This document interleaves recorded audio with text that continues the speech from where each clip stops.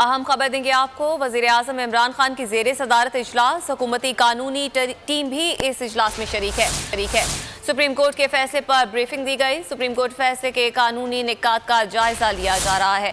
इजलास में मुख्तलिफ कानूनी उमूर पर भी ब्रीफिंग दी जा रही है। मज़ीद तफसीलात जानेंगे ब्यूरो चीफ गुलाम मुर्तज़ा से। गुलाम मुर्तज़ा, बताएगा इस इजलास के हवाले से मज़ीद तफसीलात।